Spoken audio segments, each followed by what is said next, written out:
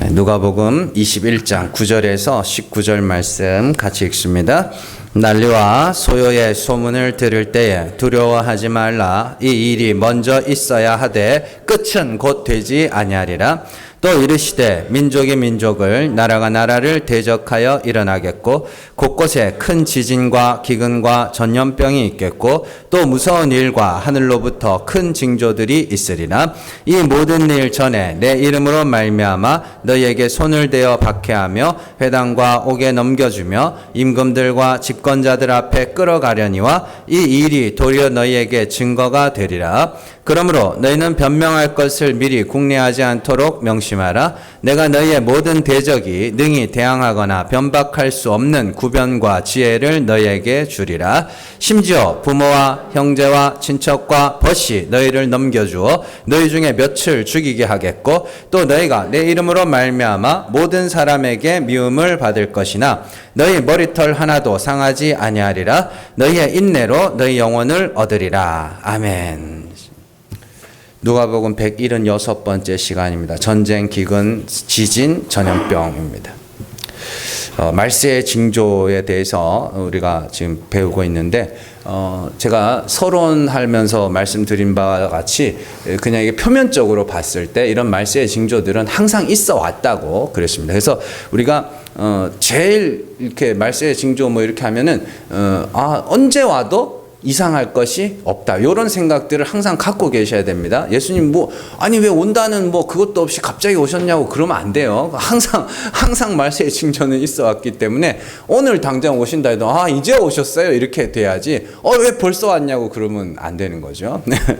자, 그런데 이제 그것은 우리가 문자적으로 성경을 볼 때 이제 그렇게 하라고 말씀을 드리는 것이고 예수님의 말씀을 이렇게 쭉 읽어보다 보면은 여러분들이 예수님이 없던 일이 새로 생길 것처럼 말씀하고 계신 것을 볼 수가 있습니다. 근데 이제 이런 것은 성경을 문자적으로 해석할 것이 아니라 상징적으로 영적으로 해석해야 된다고 말씀을 드렸습니다. 그래서 만약에 제가 이렇게 말세의 징조에 대한 해석들을 이렇게 해나가는 게 혹 틀릴 수도 있습니다. 혹 틀렸을 수도 있습니다. 그러나 중요한 건 말세의 징조를 내가 얼마나 잘 맞추느냐가 아니라 거기서 말세의 징조 앞에서 우리가 뭘 해야 되느냐가 중요하다고 말씀을 드렸죠. 그래서 이게 쭉 우리가 계속 보겠지만 깨어 있어라, 미혹당하지 말아라, 인내해라 이런 말씀들이 나온단 말이에요. 중요한 건 그거예요. 그래서 말세의 징조를 얼마나 쪽집게처럼 딱딱딱 맞추느냐가 중요한 게 아니죠. 그래서 오늘 말씀을 이해하기 위해서는요, 누가복음과 사도행전의 관계에 대해서 여러분들이 조금 아셔야 됩니다. 다 아시는 분들은 아시겠지만 누가복음과 사도행전의 저자는 누가입니다. 의사 누가 한 사람입니다. 한 사람이 누가복음도 쓰고 사도행전도 썼죠. 그래서 성경의 배치를 보면 마태, 마가, 누가, 요한, 사도행전 이렇게 넘어가잖아요. 그러다 보니까 이 부분을 조금 간과하시는 분들이 계신데 누가복음과 사도행전의 저자는 동일하게 누가이며 이 두 책은 서로 연결되어 있으며 우리가 여러분들이 생각하는 것보다 훨씬 더 밀접한 관계를 갖고 있습니다. 자, 누가복음 1장 3절 말씀 같이 읽습니다. 이 모든 일을 근원부터 자세히 미루어 살핀 나도 데오빌로 각하에게 차례대로 써보내는 것이 좋은 줄 알았노니. 사도행전 1장 1절 같이 읽습니다.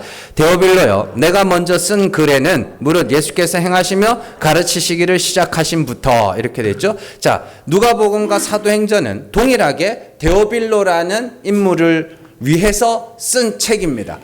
이 데오빌로라는 인물에 대해서 두 가지 견해가 있습니다. 첫 번째 견해는 뭐냐면 데오빌로라는 사람이다. 그 사람의 이름이 데오빌로였을 거다라는 그런 견해가 있고, 두 번째 견해는 이 데오빌로라는 단어 자체가 하나님이라는 뜻의 데오스라는 단어와 친구라는 뜻의 필로스라는 단어가 합쳐진 거예요. 그래서 데오빌로 그러면 그 단어 뜻을 그대로 풀이하면 하나님의 친구 이렇게 읽을 수 있습니다. 그래서 이것은 하나님의 친구로 부르심을 받은 전체 성도들을 위하여 쓴 것이다 라고 주장하는 사람들도 있습니다. 그래서 이 두 가지 견해가 있는데 어쨌든 중요한 것은 이 데오빌로가 누군가가 중요한 게 아니라 사도행전도 그렇고 누가복음도 그렇고 의사 누가라는 사람이 썼다라는 거. 그리고 이 의사 누가가 굉장히 이렇게 좀 좀 치밀하다? 약간 성격이 그래요. 왜냐하면은 두 책이 예수께서 성령을 받아 행하신 일과 겪으신 일을 기록한 후에 똑같은 성령을 사도들이 받죠. 그리고 그 사도들이 겪는 일과 행하는 일들을 딱 그냥 데칼코마니처럼 그대로 복사해 놓기처럼 그렇게 기록하고 있습니다. 나중에 기회가 되면 뭐 한번 기회가 되면 해드리겠지만 누가복음에 나오는 사건들과 사도행전에 나오는 사건들을 보면 거의 똑같습니다. 거의 똑같아요. 자, 왜냐하면 그들이 받은 성령, 예수께서 받으신 성령과 우리가 받은 성령이 달라요? 달라요? 같아요? 같아요? 네. 같으면 같은 일을 겪겠네요. 네, 그렇게 생각하시면 됩니다. 자, 그래서 예수님의 공생애는 세례 요한으로부터 세례를 받으실 때 성령이 비둘기같이 임한 것으로 시작하죠. 사도행전도 약속하신 성령이 임하는 것으로 사역의 시작이 되는 것이죠. 그리고 그때부터 예수님은 말씀을 가르쳤고 박해를 당하였고 표적과 기사를 행하였죠. 누가복음 사도행전에서 똑같이 성령을 받고 말씀을 가르치고 박해를 받고 표적을 행하는 이런 구조로 되어 있습니다. 반복해서 그렇게 나오고 있습니다. 그래서 고치신 것도 비슷비슷해요. 그래서 예수님이 나면서부터 이렇게 눈먼자 이런 고친 사건 나오죠. 사도들도 나면서부터 이런 거 고친 거 나오죠. 죽은 사람 살리는 이야기 나오죠. 사도들도 죽은 사람 살리는 이야기 나오고 그렇습니다. 박해 받는 것까지도 똑같습니다. 자, 그래서 예수님이 말씀하실 때 참 재미있는 말씀을 하나 하시는데 예수님이 요한복음에 보면 제자들에게 아주 중요한 말씀을 하나 하셔요. 자, 요한복음 14장 12절 말씀 같이 읽습니다. 내가 진실로 너희에게 이르노니 나를 믿는 자는 내가 하는 일을 그도 할 것이요 또한 그보다 더 큰 일도 하리니 이는 내가 아버지께로 감이라. 아멘. 자, 보세요. 예수 그리스도를 믿는 자, 다른 말로 하면 성령을 받은 자들이죠. 자, 그들은 예수님이 하시는 일을 하게 될 것이고 그보다 더 큰 일을 하게 될 것이다. 이렇게 말씀을 하셔요. 더 큰 일이 뭐예요? 여러분들이 여러분들이 그리스도를 주라 고백하면 여러분들은 성령을 받은 성도가 맞습니다. 그러면 여러분들은 예수님보다 더 큰 일을 할 수 있다는 건데 더 큰 일이 뭐예요? 예? 자, 예수님이 활동하던 당시에 성령은 누구에게만 임했어요? 예수님이 활동하던 당시에 예수님만 받았어요. 여러분 잘 아셔야 됩니다. 성령은 예수님이 죽으시고 부활하시고 승천하신 후에 성도들에게 임하기 시작한 거지 예수님이 활동하던 당시에 성령은 예수님만 받은 상태였어요. 자, 그래서 예수님이 죽으시고 부활하시고 승천하신 후에는 성령이 사도들에게 임하고 또한 사도들이 복음을 전할 때 듣는 자들에게도 성령이 임함으로 그들이 온전한 믿음을 갖게 되었죠. 이를 예수님보다 더 큰 일을 행하였다라고 합니다. 그래서 요한복음에 보면 되게 재미있는 장면이 나오는데 사람들이 예수님을 믿었더라 하는 말씀이 나오고 그 바로 뒤에 보면 너네는 안 믿는구나 이런 말씀이 나와요. 똑같은 사람들한테. 자, 두 군데 볼게요. 요한복음 8장 29절에서 30절 같이 읽습니다. 나를 보내신 이가 나와 함께 하시도다. 나는 항상 그가 기뻐하시는 일을 행함으로 나를 혼자 두지 아니하셨느니라. 이 말씀을 하심에 많은 사람이 믿더라. 45절 같이 읽습니다. 내가 진리를 말함으로 너희가 나를 믿지 아니하는도다. 요한복음 12장 37절 같이 읽습니다. 이렇게 많은 표적을 그들 앞에서 행하셨으나 그를 믿지 아니하니. 42절 그러나 관리 중에도 그를 믿는 자가 많되 바리새인들 때문에 드러나게 말하지 못하니 이는 출교를 당할까 두려워함이라. 아멘. 이게 여기 가서 믿었다, 저 사람들은 안 믿었다 이런 게 아니에요. 같은 사람들이에요. 같은 사람들인데 8장의 말씀 한번 보세요. 자, 예수님이 이렇게 말씀을 하시자 많은 사람들이 믿더라? 그래요. 예수님을 믿더라? 그런데 그 바로 밑에 예수님이 45절에 가면 내가 진리를 말함으로 너희가 나를 믿지 않는구나 이렇게 이야기를 해요. 그럼 믿었다는 거예요? 안 믿었다는 거예요? 예? 자, 12장에서도 마찬가지죠. 예수님은 이렇게 많은 표적을 행하였으나 그를 믿지 않았다? 그런데 바로 밑에 42절에 가면 관리 중에도 그를 믿는 자가 많더라? 이렇게 합니다. 그러면 믿었다는 거예요? 안 믿었다는 거예요? 자, 성령이 임하지 않았음에도 믿었다라고 하는 자들의 믿음은 다 가짜야 라는 뜻입니다. 네. 그러니까 뭐 쉽게 설명하면 교회 나와가지고 앉아있다고 다 믿는 건 아니다. 성령이 임해서 자신의 죄와 허물을 깨닫고 하나님의 긍휼하심을 부르짖는 자들이 온전한 믿음을 가진 자들이고, 그리고 그 믿음의 특징 중에 하나가, 온전한 믿음을 가졌다는 특징 중에 하나가 아까 요한복음 12장에서 봤지만 그들이 믿었지만 출교를 당할까 봐 무서워서 말하지도 못하더라 이렇게 이야기죠. 그래서 고린도후서로 가면 믿는다는 증거가 뭐냐면 말하는 거라고 그래요. 고린도후서 4장 12절 말씀 같이 읽습니다. 기록된 바 내가 믿었으므로 말하였다 한 것 같이 우리가 같은 믿음의 마음을 가졌으니 우리도 믿었으므로 또한 말하노라. 아멘. 그럼 믿으면 증거가 뭐냐면 말하는 거예요. 그러니까 말한다는 게 교회 다니세요, 우리 교회 나와보세요, 이런 말이 아니라 참 하나님이 죽은 자를 살리시는 분이시니 죄와 허물로 회개하고 하나님의 긍휼을 부르짖으시라고 그렇게 전하는 거, 복음을 전하는 거, 복음을 말하는 거, 그게 믿음을 가졌다, 성령을 받았다라는 증거입니다. 그래서 성령이 임하면 뭐가 된다 그래요? 증인이 된다고 이야기를 하는 겁니다. 그러니까 그냥 난 성령 받았어, 뭘 어디 가가지고 뭐 이상한 거 보고 한 며칠씩 굶고 그러면 이상한 거 보이고 막 그래요. 그런 거 보고 성령 받았다 하지 말고, 이렇게 당이 딸리면 손발이 달달달 떨리거든요. 그래서 그렇게 막 진동 왔다 뭐 이런 거 하지 말고, 내가 성령 받았는지 안 받았는지 가장 확실한 증거가 뭐냐면 여러분들이 누군가에게 복음을 전한다는 거예요. 교회 나와라 소리가 아니고 복음을 전하는 거. 그들이 듣든지 아니 듣든지 믿든지 안 믿든지 내가 복음을 말한다는 거. 나를 보고 손가락질하고 욕을 하고 막 그런 소리 하지 말라고 그래도 산통 깨듯이 그냥 예수 믿어야 된다고 이렇게 말하는 거. 그게 여러분들이 성령을 받았다는 가장 확실한 증거고 온전한 믿음을 가졌다는 가장 확실한 증거란 말입니다. 그러니까 이상한 데 가가지고 성령 받았다 안 받았다, 또 뭐 이상한 인간들은 또 뭐 이러면 성령 받았대, 뭐 지 손에서 성령이 나가나 봐. 성령은 사람에게서 사람에게로 전달되는 게 아니에요. 위에서 아래로 꽂아주는 거지 하나님이.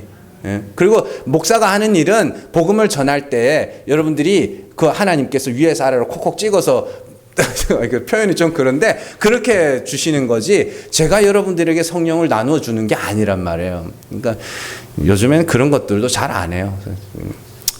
다행인지 뭐 불행인지 모르겠습니다. 어쨌든 이처럼 누가복음과 사도행전은 성령을 받은 예수님의 사역과 성령 받은 제자들의 사역이 데칼코마니처럼 일치하는 모습을 보입니다. 자, 또한 사도행전은 누가복음에서 말한 예수님의 말씀들이 성취되어 가는 그런 과정들을 보여줍니다. 그래서 제일 대표적인 예가 성령이 임하면 너희가 나와 같이 보내심을 받아서 복음을 전하게 될 텐데 사람들이 나보고도 바알세불이라 했는데 너희에게는 오죽하겠냐 이런 말씀들 하시죠. 그래서 그들이 가는 곳마다 욕먹고 손가락질 받고 두드려 맞고 이런 일들이 나오는 거고, 그래서 누가복음에 나오는 예수님의 예언의 말씀들이 사도행전에 성취되는 그런 말씀들이 많이 나온다. 여러분들 그 정도는 알고 계셔야 됩니다. 자, 그래서 왜 이 말씀을 드리냐면 이 말세의 징조들을 그냥 먼 미래의 어떤 지점에 일어날 일로 생각하시면 안 된다는 거예요. 그러니까 이 말세의 징조, 예수님이 말씀하신 말세의 징조가 사도행전에 나와야 되는 거예요. 나와야 된다고. 뭔 말인지 아시겠어요? 예수님의 말씀이, 누가복음에서 말한 예수님의 말씀이 사도행전 밖에 그 어떤 먼 미래, 2030년이라 치자고요. 그때 말세의 징조가 난다면, 그러면 그 이전의 성도들하고는 그 말씀이 아무 관계가 없는 게 되잖아요. 그렇기 때문에 예전부터 지금까지 모든 성도들이 동일하게 겪어야 되는 거예요. 그 말세의 징조라는 것이. 그런 구조로 오늘 말씀을 살펴보려고 합니다. 자, 오늘 말씀에서 예수님의 말씀이 사도행전에서 정확하게 성취되는 말씀들이 몇 군데 나오는데요. 자, 12절 한번 보세요. 12절 보시면은 이 모든 일 전에 내 이름으로 말미암아 너희에게 손을 대어 박해하며 회당과 옥에 넘겨주며 임금들과 집권자들 앞에 끌어가려니와 이 일이 도리어 너희에게 증거가 되리라. 그리고 14절부터 계속해서 16절까지 19절까지 보시면은 뭐 변명할 것을 궁리하지 마라, 뭐 대적이 능히 대항하거나 변박할 수 없는 구변과 지혜를 줄 거다, 형제와 부모와 친척과 벗들이 넘겨줄 거고, 그러나 머리털 하나도 상하지 않을 것이고, 이런 말들이 쭉 나옵니다. 그러니까 지금 요 보시면은 12절부터 그 아래의 말씀들이 사도행전에 그대로 펼쳐집니다. 그대로 펼쳐져요. 자, 특별히 거기 보시면은 구변과 지혜를 주실 거라 그러죠. 공회 앞에 가면. 그거 제일 대표적인 사건이 뭐냐면 스데반 집사님이 돌 맞아 죽으실 때 일어났던 일이죠. 그래서 사도행전 6장 9절에서 10절 말씀 같이 읽습니다. 이른바 자유민들 즉 구레네인 알렉산드레아인 길리기아와 아시아에서 온 사람들의 회당에서 어떤 자들이 일어나 스데반과 더불어 논쟁할세 스데반이 지혜와 성령으로 말함을 그들이 당하지 못하여 15절 같이 읽습니다. 공회 중에 앉은 사람들이 다 스데반을 주목하여 보니 그 얼굴이 천사의 얼굴과 같더라. 아멘. 스데반 집사님이 여러 사람에게 둘러싸여서 그들과 토론을 하고 공회에 잡혀갑니다. 그런데 보시면 성령과 지혜가 충만하여 그 말하는 것을 당하지 못하더라. 이렇게 돼 있죠. 그게 15절 말씀 아닙니까? 내가 너희의 모든 대적이 능히 대항하거나 변박할 수 없는 구변과 지혜를 너희에게 주리라. 하나님께서 그때가 되면 말할 것을 궁리하지 마. 내가 말할 말을 너희에게 줄게. 그래서 스데반 집사님이 사람들 앞에서건 공회 앞에서건 성령과 지혜가 충만하여 말씀을 쫙 펼쳐내는 거 아닙니까?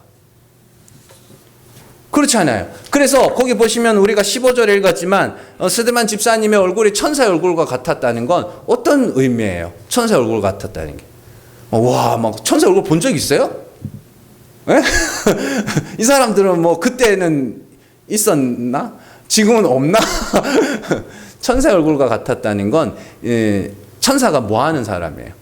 뭐 하는 존재들이에요? 하나님의 말씀을 대언하는 존재들이죠. 그래서 스데반 집사님의 얼굴이 천사의 얼굴 같았다는 그가 하는 말이, 그가 전하는 말씀이 하나님의 말씀처럼 들렸다는 이야기예요. 그래서 하나님이 그에게 구변과 지혜를 주셔서 그 공회 앞에서 말했다는 겁니다. 그래서 사도행전에 나오는 그 쭉 보면 스데반 집사님이 구약 성경을 쫙 훑어가면서 율법과 성전에 대한 이야기들을 쭉 풀어가시는 그런 장면들이 나오거든요. 그러니까 이 말세의 징조가 스데반 집사님 때부터 이미 뭐 된 거예요? 성취가 된 거죠. 그 이야기예요. 이뿐만이 아닙니다. 자, 베드로와 바울 역시 많은 사람들 앞에서 공회 앞에 끌려가서 하나님이 주시는 지혜와 구변으로 말미암아 자기를 변명하는 모습들이 나오죠. 자, 사도행전 4장 6절에서 8절 말씀 같이 읽습니다. 대제사장 안나스와 가야바와 요한과 알렉산더와 및 대제사장의 문중이 다 참여하여 사도들을 가운데 세우고 묻되 너희가 무슨 권세와 누구의 이름으로 이 일을 행하였느냐. 이에 베드로가 성령이 충만하여 이르되 백성의 관리들과 장로들아. 사도행전 13장 9절에서 10절 같이 읽습니다. 바울이라고 하는 사울이 성령이 충만하여 그를 주목하고 이르되 모든 거짓과 악행이 가득한 자요 마귀의 자식이요 모든 의의 원수여 주의 바른 길을 굽게 하기를 그치지 아니하겠느냐. 아멘. 이 보시면은 베드로가 공회 앞에 끌려갔습니다. 그래서 근데 성령이 베드로에게 성령이 충만하여서 베드로가 그때부터 변호를 하기 시작합니다. 구변과 지혜로. 바울 역시 마찬가지죠. 바울 역시 자기가 마술사 엘루마에게 막 성령이 충만해서 막 이야기하는 그런 장면들이 나오죠. 그러니까 성령이 충만해서 말했다는 건 하나님이 지혜와 구변을 그에게 주셨다라는 뜻이죠.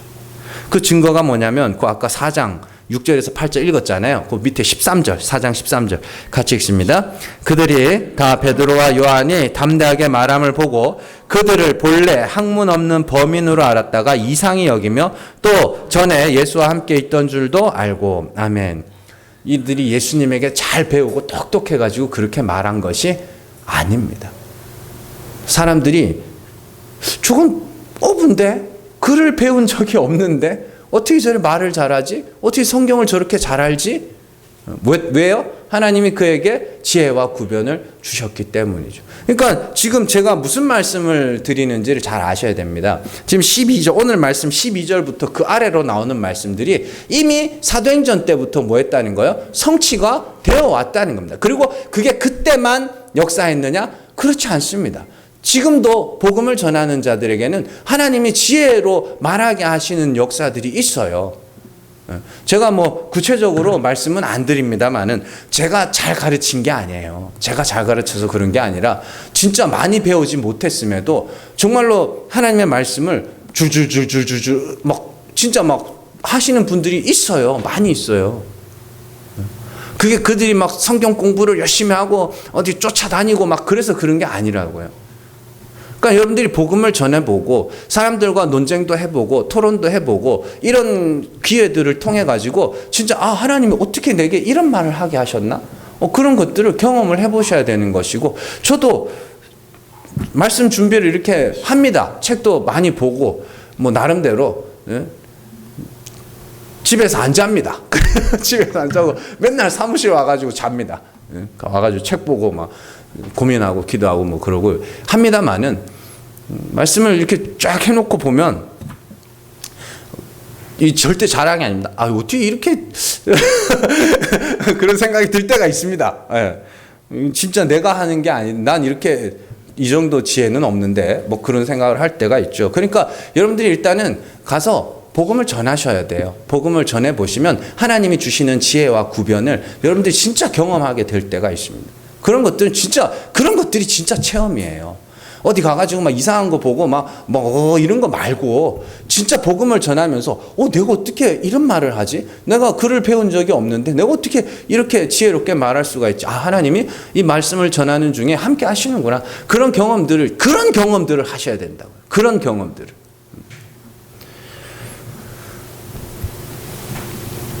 자, 이런 구조로 우리가 12절에 그 아래에 나오는 12절부터 19절까지 말씀들 우리가 말세의 징조가 성취되는 걸 지금 살펴봤잖아요. 그 앞부분들도 그렇게 살펴보려고 합니다. 자, 오늘 먼저 살펴볼 것은 돌 위에 돌 하나도 남기지 않고 다 무너진다라는 말씀입니다. 제가 이걸 뭐라고 말씀드렸어요? 사람의 행위와 공적이 무너지는 것을 상징하는 표현이라고 말씀을 드렸죠. 그래서 5절 위에 그 누가복음 21장 5절에 보시면 어떤 사람들이 성전을 가리켜 그 아름다운 돌과 헌물로 꾸민 것을 말하며 이렇게 되어 있습니다. 그죠? 그러니까 사람들이 헌물로 꾸민 성전, 그게 뭐예요? 사람들의 행위와 공적을 상징하는 거예요. 그러면 그게 어떻게 무너져요? 그게 어떻게, 뭘로 무너뜨려요? 사람의 공적을. 복음으로 무너뜨려요. 진리로 무너뜨린다고. 사람들이 공적을 쌓아가는 이유가 뭐였어요? 하나님이 그 공적을 보고 넌 이만큼 수고했으니까 이만큼 상 받아라. 넌 이만큼 고생했으니까 넌 이만큼 상 받아라. 그런 거였어요? 그거 아니잖아요. 사람들은 그렇게 처음에 신앙생활, 율법주의는 그렇게 신앙생활을 하지만 복음은 뭐예요? 너는 가난해져야 돼. 너는 낮아져야 돼. 쌓은 것도 무너뜨려야 돼. 그게 복음 아닙니까? 그리고 맨 밑바닥에서 하나님의 긍휼만을 바라는 자가 돼야 돼. 이게 복음이잖아요. 그러면 여러분들이 그 복음을 전해 들었을 때 뭐가 되는 거예요? 돌 위에 돌 하나도 남기지 않고 여러분들 행위와 공적들이 다 무너지게 되는 것이죠. 그래서 계시록에 가면 두 증인이 뭐라 그러면 불로 막 불태운다 막 이런 말들이 막 나온다고요. 그게 뭘 불태우겠냐고. 그 입에서 칼이 나간다 그래요. 그 칼이 뭐 하는 칼이겠냐? 사람을 죽이는 거예요. 죽여서 살려내기 위하여 죽이는 거라고요. 복음이라는 게. 그래서 요한복음에 가면 부활을 설명하기 위해서 예수님이 나사로, 예수님의 친구 나사로 그 사건들 한번 보세요. 집에 가서 성경 한번 보시면 예수님이 사랑하시는 나사로가 죽을 병에 걸렸습니다. 이래요. 그러면 어떻게 해야 돼요? 어떻게 해야 돼요? 친구가 죽을 병에 걸렸다 그러면 어떻게 해야 돼요? 대번에 달려가야 될 거 아닙니까? 안 가요. 그래? 그럼 이틀 더 머물러요, 거기에. 그리고 죽은 지 4일이 지나서야 간다고요, 거기에. 왜 그래요? 요걸 죽여야 살려내서 하나님이 죽은 자를 살리시는 하나님이심을 보여줄 거 아닙니까? 근데 죽을 병이 걸렸지만 아직까지 죽었어요? 안 죽었어요? 안 죽어요. 그러니까 예수님 뭐 하시는 거예요? 죽을 때까지 기다리시는 거죠. 그게 부활을 설명하는 겁니다. 복음이라는 건 죽여서 살려내기 때문에 여러분들 반드시 뭘 해야 되냐면 죽는 경험이 있어야 되는 거예요. 그래서 말씀에서 뭐가 나가요? 검으로 나가는 거예요. 칼로, 불로 싸지르고 다 무너뜨리고 이런 일들이 일어나는 거죠. 그게 돌 위에 돌 하나도 남기지 않고 무너진다라는 말씀을 영적으로 해석하면 그렇게 된다는 이야기입니다. 자, 사도행전 15장 11절 말씀 같이 읽습니다. 그러나 우리는 그들이 우리와 동일하게 주 예수의 은혜로 구원받는 줄을 믿노라 하니라. 아멘. 구원은 주 예수의 은혜로 얻는다는 건 두 가지 의미가 있습니다. 첫 번째는 예수 그리스도를 믿음으로 말미암아 구원에 이른다는 것이며, 두 번째는 인간의 행위는 거기에 더하거나 뺄 수 없다라는 이야기입니다. 인간의 행위는 절대로 더해질 수 없다라는 이야기. 있는 것마저도 뭐 해야 돼요? 다 없애야 됩니다. 은혜가 은혜 되기 위해서는 인간의 행위가 절대로 더해질 수 없습니다. 왜냐하면 인간의 행위 가운데 어느 것 하나라도 더해진다면 은혜가 은혜 되지 못하기 때문이죠. 그렇기 때문에 복음이 증거되고 사람들이 그 복음을 듣게 되면 그들이 쌓은 행위와 공적들이 다 무너지게 되고 완전히 낮은 자리에서 하나님의 긍휼하심만을 바라게 됩니다. 사도행전 로마서입니다. 로마서 11장 6절 같이 읽습니다. 만일 은혜로 된 것이면 행위로 말미암지 않음이니 그렇지 않으면 은혜가 은혜 되지 못하느니라. 아멘. 그렇죠. 은혜가 은혜 되려면 뭐 해야 돼요? 행위가 있으면 안 돼요. 안 돼요. 그러니까 여러분들은 하나님 앞에서 예수 그리스도 외에 다른 어떤 공적이나 다른 어떤 자랑도 있으면 안 되는 거죠. 평생 뭐 하는 거예요? 죽을 때까지 그걸 비워가는 겁니다. 아, 이건 아니었구나. 이건 아니었구나. 예수 아니면 안 되는구나. 계속 그걸 비워가는 거예요. 그래서 사도 바울이 날마다 죽노라. 그게 그 이야기예요. 날마다 죽노라. 나는 예수 아니면 안 되는 거예요. 그래서 성도는 죽고 하나님은 살리시며, 성도는 낮아지고 하나님은 높이시며, 성도는 가난해지고 하나님은 부욕해 하시며, 성도는 약하고 하나님은 강하게 하셔요. 그래서 하나님의 은혜가 은혜 되게 하는 겁니다. 그 쌓은 것이 완전히 무너지고 난 이후에 하나님이 그들을 구원하심으로 하나님의 은혜만 오롯이 드러나게 되는 것이 구원의 원리입니다. 그러니까 하나님의 은혜만 높임을 받아야 돼요. 그게 하나님이 우리를 구원하시는 목적입니다. 그래서 구원해놓고 뭘 받기를 원하시는 거예요? 찬송받기를 원하시는 거예요. 그럼 그 반대는 뭐겠어요? 반대는 육체로 자랑하는 거죠. 내 힘으로 왔어. 난 세상에서. 그러니까 천국 가서 야, 내가 세상에서 어떻게 신앙생활인 줄 아냐? 뭐 이런 자랑도 있으면 안 되는 거예요. 이런 자랑도 있으면 안 돼요. 자, 그렇기 때문에 복음이 증거되면 사람들의 행위와 공로가 돌 위에 돌 하나도 남김없이 다 무너지게 되는 것입니다. 자, 두 번째로 살펴볼 것은 민족이 민족을, 나라가 나라를 대적하여 일어날 것이라고 합니다. 이 말씀이 굉장히 중요한 말씀입니다.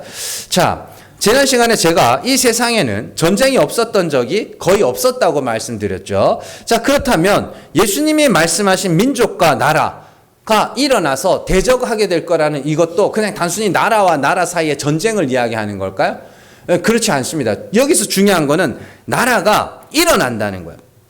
10절 보세요. 민족이 민족을, 나라가 나라를 대적하여 일어나겠고. 그러니까 전에 없던 어떤 나라가 기존의 나라들을 대적하여 뭐 하는 거예요? 새로 일어난다는 이야기입니다. 이게 그러니까 없던 나라가 생겨야 되는 거예요. 그럼 무슨 나라예요, 그러면? 어떤 나라가 생겨나는 거예요? 여러분, 우리가 나라라 그러면 미국, 일본, 뭐 북한, 중국 뭐 이런 거 생각하는데 성경에서 말하는 나라는 딱 두 개입니다. 세상 나라와 하나님 나라 두 개입니다. 그럼 어느 게 먼저예요? 어느 게 기존에는 어느 나라가 먼저였어요? 세상 나라가 먼저죠. 그러면 그들을 대적하여 일어난 나라는 뭐예요? 하나님 나라죠. 그게 민족도 마찬가지입니다. 하나님 나라는 하나님의 통치를 받는 자들이고 세상 나라는 악한 영, 마귀의 통치를 받는 자들입니다. 원래 이 땅은 마귀의 통치를 받는 세상 나라였습니다. 자, 창세기에 보면 하나님께서 뱀이 하와를 꼬셔가지고 선악과를 따먹게 했죠. 그래서 하나님이 뱀을 저주합니다. 뱀을 저주할 때 뱀에게 뭘 먹으라 그래요? 흙 먹으라 그러죠. 흙 먹는 뱀 보셨어요? 예? 우리 지금 뱀 뭐 다큐멘터리 같은데 보잖아요. 걔네 흙 먹고 살아요? 아니 맨날 육식하죠, 육식. 그러면 흙을 먹으라는 게 뭐겠어요? 흙에서 난 자가 누구예요? 아담이죠. 하나님이 흙에서 난 사람을 다 뱀의 먹이로 줬다는 이야기입니다. 그래서 이 땅은 전부 뭐예요? 세상 나라, 악한 영, 마귀에게 장악당한 나라. 에베소서 6장 11절에서 12절 같이 읽습니다.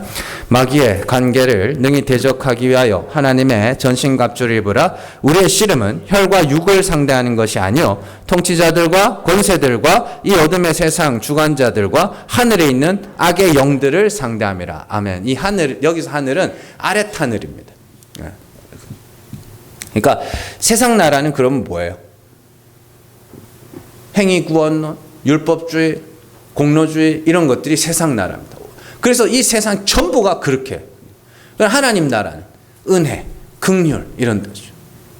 그래서 하나님의 나라가 세상 나라를 대적하여 새로이 일어나는 겁니다. 그리고 그들이 뭐예요? 복음을 통해서 세상 나라를 뭐 하는 거예요? 공격하기 시작하는 거죠. 그러니까 복음을 통해서 공격한다는 게 막 절에 가가지고 저것들 다 불태워 죽여야 된다 이런 공격이 아니고 여러분들이 복음을 전하는 것 자체가 뭐냐면 세상 나라를 침공하는 겁니다. 그러니까 우리가 싸워야 할 대적은 사람이 아니라 사람들을 장악하고 있는 악의 영들이다라는 것이죠. 그러니까 민족을 대적하여 일어나는 민족은 어둠의 세상들을 대적하여 일어난 천국 백성이며 나라를 대적하여 일어난 나라는 마귀의 나라, 세상 나라를 대적하여 일어난 하나님 나라. 이 어둠에 속한 자들은 하나님을 알지 못해서 스스로 영생에 이루고자 하지만 빛의 자녀들, 하나님 나라 백성들은 하나님을 알기 때문에 은혜를 말하고 긍휼을 말하는 거죠. 안 돼. 우리 힘으로는 구원에 이룰 수 없어.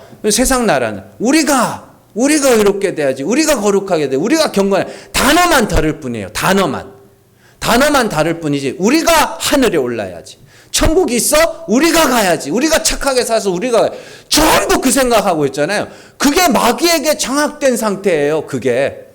그런데 성도들은 뭐야? 우리 힘으로는 절대로 의롭게 될 수 없다. 천국이 있어? 우리 힘으로는 절대로 못 간다. 하나님이 불쌍히 여겨주시지 않으면 못 간다. 그게 하나님 나라 백성입니다. 천국은 네 힘으로 가야지. 그래서 세상 나라에 속한 사람들이 어떻게 이야기해요? 매 보면 예수 믿는다는 게 저럴 것밖에 못 산다. 이런 소리밖에 안 하죠. 예수 믿는다는 증거가 뭔데요? 내 힘으로는 구원에 이룰 수가 없다는 걸 아는 자들 아닙니까? 그래서 하나님의 이름을 부르짖는 자들이잖아요. 그게 하나님 나라 백성이고. 근데 교회 와가지고 믿는다는 사람들이 그따구로 살면 되냐? 전에는 그렇게 살아도 아무도 말 안 했거든요. 예? 요번에 기사에도 났더만요. 서울대생이 똑똑한가 봐. 그 임산부 배려석에 대해서 글을 하나 썼더라고요. 임산부 배려석을 비워두라 그러면 안 된대요. 비워두라 그랬는데도 거기 앉는 사람은 애초에 배려할 마음이 요만큼도 없는 사람이에요. 그러면 어떻게 해야 되냐? 양보할 사람만 앉으라고 해야 된대요. 그래서 자리를 앉아 있다가 임산부가 타면 바로 양보를 하는. 그런 일들 했다고 하는데. 그럼 예전에는 그런 거 있었어요? 저희 집사람 임신했을 때만 해도 임산부 배려석 같은 거 없었거든요. 임산부 배려 안 해줘도 사람들이 욕 안 했어요. 요즘에는 임산부석에 남자가 타고 있으면 바로 막 문자 보낸다고 그러죠. 그럼 그 시대하고 지금 시대하고 달라요? 그 시대 예전에 임산부들은 막 건강해가지고 하루에 1시간씩 2시간씩 서 있어도 멀쩡했어요? 아닐 거 아닙니까? 근데 그걸 갖고 신앙을 논할 그게 되냐고. 그렇잖아요.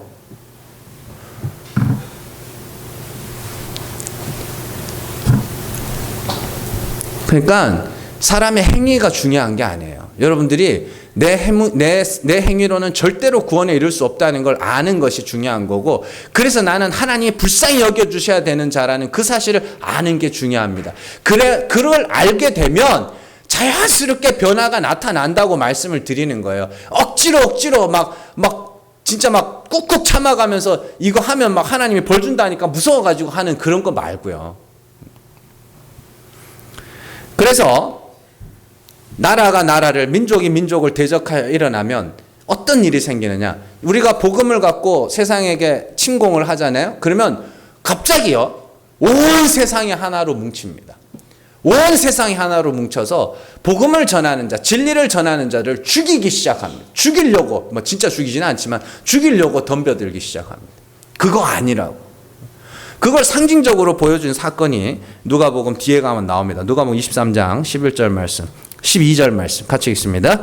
헤롯과 빌라도가 전에는 원수였으나 당일에 서로 친구가 되니라. 아멘. 이게 언제냐면 예수님 죽일 때거든요.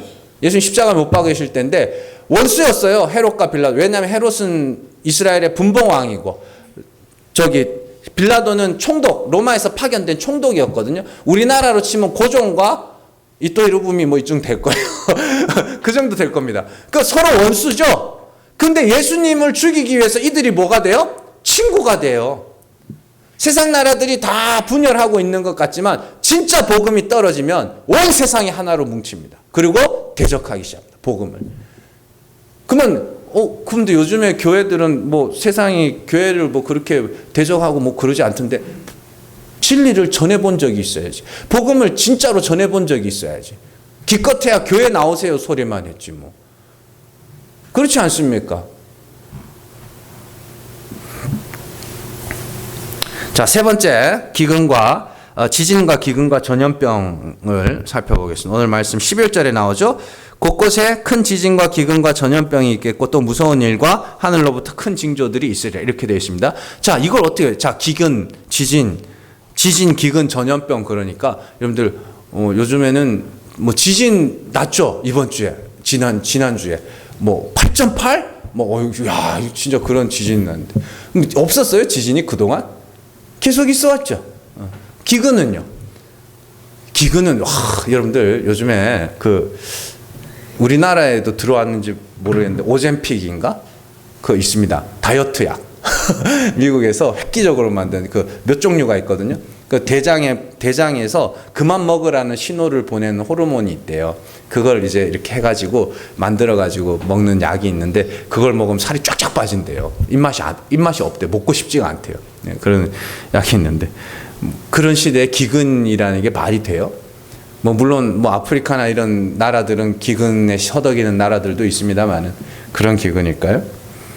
자, 잘 보세요. 지진 보면 사도행전에는요, 성령이 임할 때 나타나는 현상이 하나 있는데 땅이 진동하는 겁니다. 사도행전 4장 31절 말씀 같이 읽습니다. 빌기를 다음에 모인 곳이 진동하더니 무리가 다 성령이 충만하여 담대히 하나님의 말씀을 전하니라. 아멘. 이게 지진이에요. 처처에 지진이 있어요. 왜요? 복음이 전해지는 곳에서 성령이 임하면 거기에 지진이 일어나요. 왜 그걸 나는 성령 받을 때 지진이 아니었는데 정말로 땅이 흔들리는 그런 지진이 아니라 영적인 지각 변동이 일어난다는 이야기입니다. 기근도 마찬가지. 이 기근에 대해서는 여러분들이 잘 아셔야 됩니다. 아모스 한번 가요. 아모스 8장 11절 말씀 같이 읽습니다. 주 여호와의 말씀이니라. 보라, 날이 이를지라 내가 기근을 땅에 보내리니 양식이 없어 주림이 아니며 물이 없어 가람이 아니요 여호와의 말씀을 듣지 못할 기갈이라. 아멘. 말씀을 사모하는 자들이 생기기 시작할 거라는 이야기입니다. 어디서든지 있을 거라는 이야기. 그리고 여러분들도 말씀을 사모하게 돼. 하나님이 어떤 분인지를 알고자 하는 마음들이 생겨나기 시작한다는 이야기죠. 그래서 여호와의 말씀을 듣지 못해서 어디에 진리가 있나, 어디에 하나님의 말씀이 있나 하여서 그걸 찾아다니는 자들이 있을 거라는 이야기입니다. 사도행전에도 나옵니다. 사도행전 8장 30절에 31절 말씀 같이 읽습니다. 빌립이 달려가서 선지자 이사야의 글 읽는 것을 듣고 말하되 읽는 것을 깨닫느냐? 대답하되 지도해 주는 사람이 없으니 어찌 깨달을 수 있느냐 하고 빌립을 청하여 수레에 올라 같이 앉으라 하니라. 아멘. 이게 기근이에요. 이사야의 말씀을 읽고는 있는데 그게 무슨 말인지를 몰라. 그래서 이 빌립이 이 사람을 찾아갔어요? 아니죠. 하나님이 찾아가라 그러죠. 빨리 가. 그래서 에티오피아 여왕 간다게의 넷입니다. 넷이. 그 사람이 광야로 가라 그래가지고 유대 광야로 갔더니 거기서 뭐예요? 그 내시가 이렇게 지나가는 거예요. 근데 이렇게 봤더니 두루마리 성경을 읽고 있네. 그래서 빌립이 갑니다. 읽는 게 무슨 말인지 아세요? 그랬더니 도대체 무슨 말인지 모르겠다는 거예요. 그러고는 일로 와, 올라와서 앉으라. 가르쳐달라. 이게 기근이라고요. 말씀이 하나님을 알고 싶은, 말씀을 알고 싶은 거예요. 이 기근이 이 에티오피아 여왕 내시에게만 있었어요? 아닙니다. 베드로와 고넬료의 만남 때도 고넬료가 베드로에게 말씀을 청하죠. 그리고 바울이 예루살렘에서 갇혔을 때 총독 벨릭스 그 안에 두루실라가 말씀을 듣고자 매일 찾아옵니다. 그런 것들이 기근이라고요. 말씀이 없는 기근. 여러분들이 어떻게 하다가 여기까지 오셨는지 뭐 저는 다는 모르지만 대충 알고 있습니다만은 말씀을 듣고자 하는 마음에 하나님을 알고자 하는 마음에 찾아오신 줄로 믿고 싶습니다. 믿고 싶은데 그런 이야기예요. 그게 기근이라고요. 그 배고픔과 그 굶주림을 경험해 보지 못한 사람들은 이 말씀이 중요한지를 알지 못하는 거죠. 그래서 이사야 가면 하나님이 그러죠. 배불리지 못할 양식을 위하여 왜 수고하냐고. 너희를 구원하지 못할 말씀을 왜 그렇게 쫓아다니냐 이 말입니다. 그래서 바울이 로마에 갈 때는 더 신기하죠. 바울이 로마에 죄수로 갑니다. 잡혀가지고 재판받으려고 로마로 가죠. 그때 유대인들이 바울이 온다는 소문을 듣고 바울이 갇혀있는 집에 맨날 찾아와요. 왜? 너가 진리를 안다며? 찾아오는 거예요. 그 바울이 말씀 전합니다. 그 사람들에게. 그 둘로 나뉘죠. 듣고 믿는 자가 있고 믿지 못하는 자가 있고 둘로 나뉘죠. 그러니까 바울이 못 알아듣는 자 보고 막 이사야의 말씀에 일렀을 때 이 백성들이 들어도 듣지 못하고 보아도 보지 못하고 너네가 딱 그 짤구나 막 잃어버려요. 이게 기근이라고요. 전염병은 뭐예요 그러면? 전염병. 사도 바울의 별명이잖아요. 사도행전 24장 5절 말씀 같이 읽습니다. 우리가 보니 이 사람은 전염병 같은 자라 천하에 흩어진 유대인을 다 소유하게 하는 자요 나사렛 이단의 우두머리라. 아멘. 사도 바울이 뭐 했는데요? 복음을 전했죠. 그걸 뭐라 그래요? 전염병 같은 자라고 이야기합니다. 그리고 유대인들을 뭐하게 만들었다 그래요? 소유하게 만들었다. 왜 소유하게 만들었어요? 유대인들이 뭐예요? 이방 나라 아닙니까? 악한 영에 장악당한다 아닙니까? 세상 나라잖아요. 바울이 전합니다. 복음을 전합니다. 소요가 일어나요. 왜 일어나요? 그들 중에 택함 받은 자들이 믿고 구원에 이르고 주의 이름을 부르짖고 다시 그들이 복음을 전하고 이런 일들로 말미암아서 바울이 가는 곳마다 소요가 일어나는 거예요. 그런 이야기예요. 이 말세의 표적이라는 것이. 그러니까 말세의 표적은 사도행전에부터 지금까지 계속해서 진행되어 왔는데 문제는 뭐냐면 이게 끊어질라 그러는 게 문제예요. 하나님의 나라가 세상 나라에게 점점 뭐예요? 장악을 당하고 있어요. 이런저런 이유로 복음을 말하지 않아요. 진리를 말하지 못해요. 이런저런 이유. 제가 말씀드렸죠. 행복한 사람은 한두 가지 이유로 행복하고 불행한 사람은 수만 가지 이유로 불행하다고. 일하고 공부하고 하는 사람들도 마찬가지죠. 공부하는 사람들은 한두 가지 이유로 공부합니다. 근데 공부 안 하려고 하는 사람들은요. 수천 가지, 수만 가지 이유를 들면서 공부를 안 하려고 그러죠. 그게 진짜 그 이유 때문에 안 할 것 같으세요? 그렇지 않습니다. 우리도 알게 모르게 악한 영에게 점점 뭐예요? 장악을 당하고 있는 거예요. 이기셔야 됩니다. 이기셔야 된다.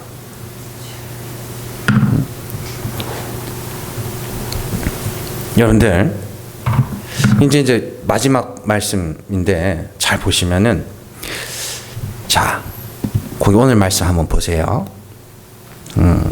12절 한번 보세요. 이 모든 일 전에 내 이름으로 말미암아 너희에게 손을 대어 박해하며 회당과 옥에 넘겨줘 임금들과 집권자들 앞에 끌어가려니와 이렇게 돼 있죠. 그런데 18절 말씀 보시면 17절 18절 보세요. 또 너희가 내 이름으로 말미암아 모든 사람에게 미움을 받을 것이나 너희 머리털 하나도 상하지 아니하리라. 이렇게 되어 있습니다. 이 머리 다 끌려갈 거, 박해당할 거라 그래놓고는 왜 머리털 하나도 상하지 않을 거라. 끌려가긴 하는데 맞진 않을 거다 이런 말이에요. 사도행전에서 그렇게 되던가요? 그러면 스데반 집사님은 돌 맞아 죽으면 안 되죠. 바울도 뭐 50번인가 하나 감한 매를 맞으면 안 되죠. 야고보는 헤롯에게 칼 맞아 죽으면 안 되죠. 이게 무슨 말일 것 같으세요? 온 세상이 너희를 미워하고 온 세상이 너희를 박해하고 온 세상이 너희를 돌로 들어 치려 한다 해도 너희 구원은 절대로 흔들리지 않는다는 이야기입니다. 그래서 스데반 집사님이 자기네 죽음 앞에서 뭐예요? 하늘을 보죠. 하나님 보고 하나님의 영광과 예수 그리스도가 그 옆에 있는 것을 보았다고 그러죠. 그게 머리털 하나도 상하지 않는. 온 세상이 틀렸다고 그래도, 온 세상이 그건 복음이 아니다, 그건 진리가 아니다 그래도, 예수께서 나타내신 하나님, 예수께서 증명하신 하나님, 예수께서 걸어가신 그 구원의 길, 생명의 길은 절대로 흔들리지 않습니다. 우리의 구원은 절대로 뭐예요? 취소되지 않습니다. 그 길을 걸어가는 한. 그래서 맨 마지막에 예수님이 성도들에게 요구하는 게 뭐예요? 너희의 인내로 너희 생명을 얻으리라예요. 영혼을 얻으리라. 너희 생명을 얻으리라. 너희 목숨을 얻으리라. 뭐하라고? 참아라. 인내해라. 미혹되지 마라. 온 세상 사람들이 그건 아니라고 한다고 할지라도 너희는 절대로 미혹당하지 마라. 끝까지 뭐예요? 그리스도와 같이 죽어라. 그리스도의 죽음신과 부활을 보면서 우리가 나아가야 될 바는 십자가의 도를 따라 그리스도와 같이 죽는 거다. 내 죄와 허물들을 고백하고 난 하나님의 은혜가 아니면 구원에 이르지 못할 자라고 낮아져가며 나를 반드시 구원하실 하나님의 은혜를 찬송하며 그렇게 사는 것. 그게 인내로 생명을 얻는 것.